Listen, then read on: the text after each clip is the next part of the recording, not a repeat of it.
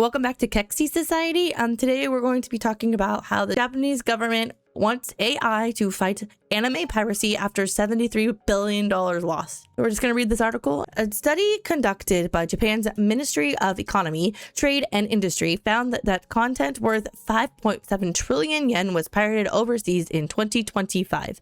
This astronomical amount, which adds up to approximately 37 billion USD, is nearly 3 times the amount that was reportedly pirated in 2022. The study also added a specific category for character goods, such as knockoff plushies, figures, and unlicensed merchandise. To be fair, sometimes it's not our fault because we're just anime fans, especially the normie anime fans. Maybe they don't really know about the knockoff stuff. This adds up to an estimated 4.7 trillion yen, bringing the grand total of pirated plunder to a whopping 10.4 trillion yen, or 73 billion USD. There is no excuse for the fake merch, but this all comes down to things like just being able to get a hold of it and stuff. Because I've seen even on Twitter that stores in the malls that set up fake goods. They'll get them for super cheap, but they're knockoffs. And we don't see anime stuff very often unless it's in like boxed lunch or something. So, and that's only if it's super popular. So when we get our anime stories locally, we get too excited. This is the first time this estimated total has passed the 10 trillion yen mark, and piracy's impact on Japan's economy is reaching a boiling point. They need the money. They need to be able to support their families too. I totally understand that. At the same time, being online as long as I have, I mean, if I ever did get big enough to where people would want my merch, I understand that, you know, Redbubble will probably have my merch sometime, even if I'm not selling it. So you guys, if people wanted merch that badly, they'll find a way to get it cheaper.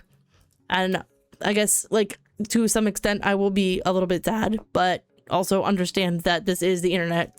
It's gonna happen. You're gonna have people who want to quote unquote support you. And to some extent too, I would actually be kind of almost a little bit grateful to them. They would also be kind of advertising for free for me. There's a give and take there. To combat this, the Ministry of Economy, Trade and Industry has suggested using AI as a way to cut back on production costs, therefore alleviating the total amount lost. But Japanese citizens are split on this strategy. Japanese Ministry of Trade floats AI to help combat pirated content. As reported by TBS News Dig, the ministry cited the weak yen and rising sales prices due to soaring prices as the reason for this massive financial loss, saying they intend to secure legitimate profits by using AI to create local media at low costs.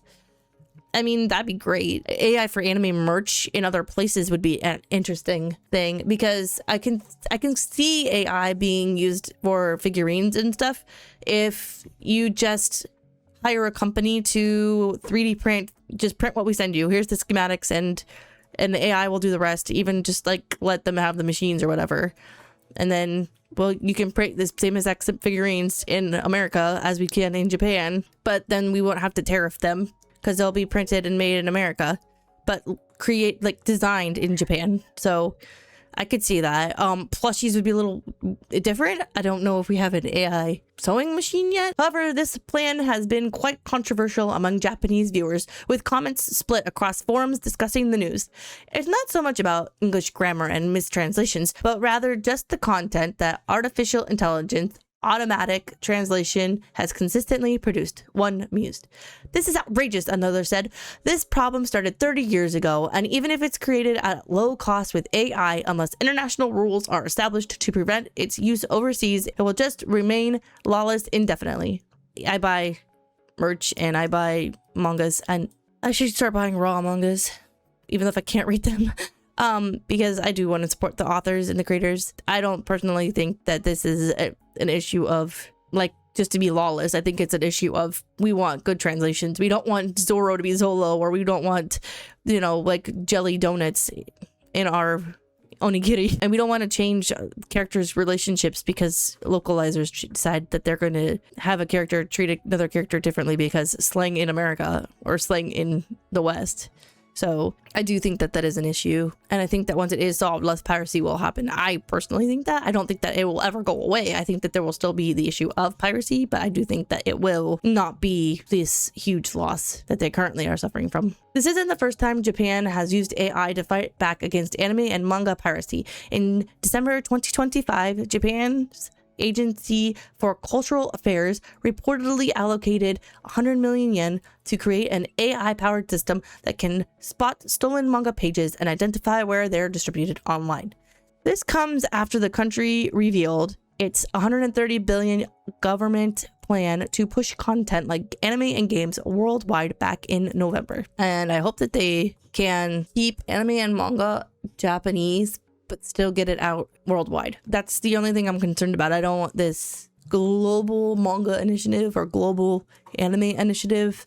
They need to keep it purely Japanese. That's the reason why we watched it in the first place. So hopefully they will keep the original intent and the culture behind anime and manga, or the people that are trying to take over our spaces will kind of just give up and move on to something else that they can eat, like the locusts that they are. Anyway, that's all I have for today. Thank you for watching. Have a good day. Bye.